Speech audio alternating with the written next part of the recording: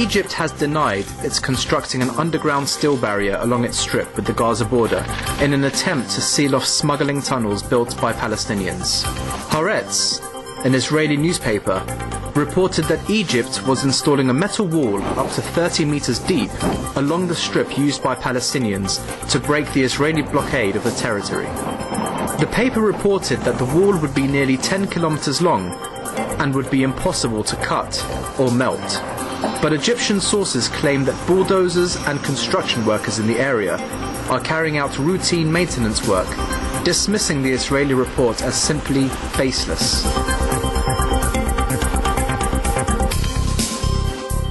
Retired international football player Zinedine Zidane will be paying a visit to the Gaza Strip as part of the United Nations Children's Fund's efforts to promote peace between Palestinians and Israelis. The three-time FIFA Footballer of the Year is scheduled to travel to the blockaded enclave in March 2010 as a UNICEF Goodwill Ambassador.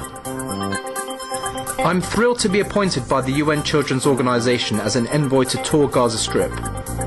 I will make every effort to give Gaza residents great big smiles on their faces. Gazans have suffered serious losses, damage and injuries due to Israeli acts of violence, he said. Over 1,400 Palestinians were killed during the three-week offensive, which inflicted $1.6 billion of damage on the Gaza economy. But the famous footballer aims to put $1 million smile on each Gazan child.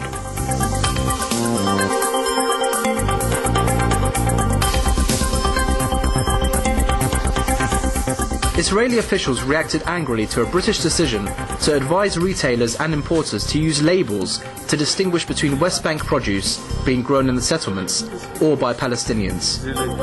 One official charged that Britain was singling out Israel and encouraging a boycott. According to a statement released by the British Department for Environment, Food and Rural Affairs, importers, retailers, NGOs and consumers have asked the government for clarity over the precise origin of products from the occupied Palestinian territories. According to guidelines put out by the department, traders would be misleading consumers and would therefore almost certainly be committing an offence if they were to declare produce from the OPT, including from the West Bank, as produce of Israel. Foreign Minister spokesman Yigal Palmore said issuing these guidelines was tantamount to caving in to Palestinian organisations and will only radicalise Palestinian positions even more.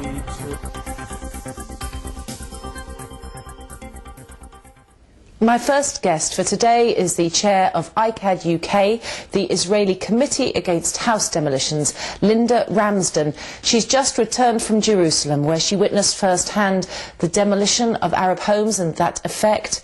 Linda, thank you very much for joining us on Remember Palestine. Let's talk first of all about ICAHD and its aims. Okay, well, first of all, thank you very much for inviting me onto the show. ICAHD has been around since 1997. It's a group of organizations, peace activist groups on the left in Israel that came together to highlight the issue of Palestinian homes being demolished. You know, to date, more than 24,000 Palestinian homes have been demolished by Israeli authorities. That's only since 1967. And demolished where? In the West Bank, East Jerusalem, and in Gaza. And of course, we remember that whole villages were demolished when the State of Israel was founded in 1948. And another figure on top of that is that there's increasing number of self-demolition of homes. What does that mean? Okay, that means Palestinians receive demolition orders. And then if the Israeli bulldozer actually comes along, you see the Palestinians are then given a bill for the demolition, which is another $5,000 to $20,000. So let's talk through how this happens. You're an Arab Jerusalemite. Your family's been there for generations. You've got a house in a suburb of East Jerusalem. You get a letter from the authorities saying what? Why is your house going to be demolished by the Israeli state? Why? Okay, well, houses are demolished for different reasons, but it's because we're looking at Jerusalem today. Let's talk about the majority of homes that are demolished in East Jerusalem. It's because they don't have a building permit. So any home that was built after 1967 or extended without a building permit is liable to be demolished. From the Israeli side, they'd say, well, look, in the UK, if you build an illegal extension to the back of your house, your council can demolish it as well. Okay, that's true. But the fact is that the Palestinians go to the authorities, they apply for permission to do this, but they are not given permission. Very few have happened, in many cases because there was collaboration with the Israelis. Why doesn't an Arab Jerusalemite just buy another property if they need bigger places? Well, what do you mean, buy another property? Isn't there a control on the amount of property that Palestinians can own across Jerusalem? Well, yes, you see, from 67, what happened in East Jerusalem is that Palestinian land was declared green land, so it's not for development. So there is this restriction. There's more than 20,000 or 25,000 shortage of housing units for Palestinians. So what can they do? They have no choice. And so they have to have children, and then the children want to live above, and even if you extend upwards, and then the bulldozers, you get the order from the state, we're going to bulldoze your home, and along with that you said comes a bill. A bill, yes. But you know what, I'm going to back up just another minute, because at present there are about 22,000 Palestinian families in East Jerusalem that hold a demolition order in their hand. 22,000? 22,000. And there's different types of categories for these demolitions. Okay, so they wake up every morning thinking, is today going to be my turn to have my house demolished? A woman often, the first thing she does is run to the window. I'm going to come back to this because we need to know more. But this week, our Jerusalem correspondent, Shireen Yassin, took to the streets of East Jerusalem to bring us the voices of Palestinian residents there. Let's hear from them right now. Discrimination everywhere. In Jerusalem, for example, most of the lands, Palestinian lands, or most of the lands in East Jerusalem are not allowed to be built.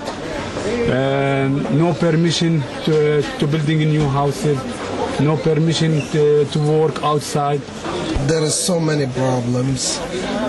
One of the problems that most of the time they close the old city and they don't allow people to get in, especially the Muslim people, that they go into the Dome of the Rock. They took in our land and built on it all over the world, all over this country, and we don't have way to build homes for ourselves. Our children here in the street without schools, and we don't have enough schools for our children, which are the future of this world, you know. And really, I like to, you see what I have? Thank you. Wow. I've been around the world, and I'm not citizen. I want to go to look. I like to go with my style, with my kafiya and galabia to the world, but really, you know, it's give us something to show the world we are Palestinian, and Jerusalem is the capital and is the city, as the holy city for us. السلطات الإسرائيلية مانعة أي فلسطيني يدخل من الضفة مشان يصلي سواء مسلم أو مسيحي. منع الباب. اللي بده يدخل بده تصريح. والتصريح بغلبوه عليه يعني بمعنى إنه ما بيقدموش المجال ولا بيقدموا التصريح. طبعا ما هي عاصمتنا، رضوا ولا ما رضوا هذه عاصمتنا. ما بنتخلى عنها. القدس عاصمة الدولة الفلسطينية طول عمرها معروفة. من زمان الانتداب وقبل الانتداب هذه القدس هي عاصمتنا الحقيقية. أنا شايف إنه كل يوم عمال الأزمة بتشتد يعني، وكل يوم يعني زي ما تقولي بصير يعني على القدس حصار من الجدار، ممنوع حدا يخش وممنوع حدا يطلع، وانحصرت القدس يعني، ومن ناحية يعني اقتصادية تعبانة كثير يعني، من ناحية سياحية وما فيش سياحة. مع ناس كثير يعني بدهم لم شمل متغلبين. بشوف كثير ناس يعني اللي صار له 12 سنة واللي صار له 13 سنة مش طلع له لم شمل لهلا. متجمدين من الشمال. فلسطين وإسرائيل الرؤساء متفقين مع بعض اتفاقيات، وأمريكا وكل الرؤساء متفقين، والشعب ضايع بيناتهم يعني. كلها اتفاقيات يعني إذا كانت لعاصمة إسرائيل ولا عاصمة فلسطين ولا أي عاصمة.